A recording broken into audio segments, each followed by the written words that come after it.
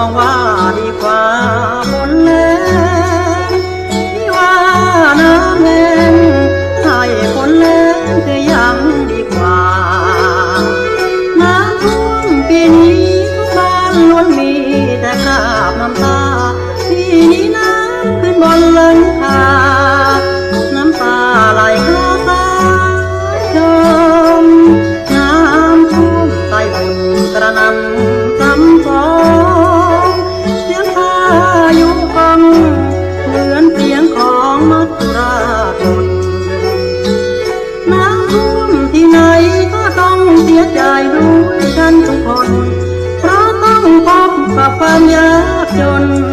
เหมือนคนหมดเนื้อกินตัวบ้านที่ก็ถูกน้ำท่วมเหมือนกันที่ประจวบคีรี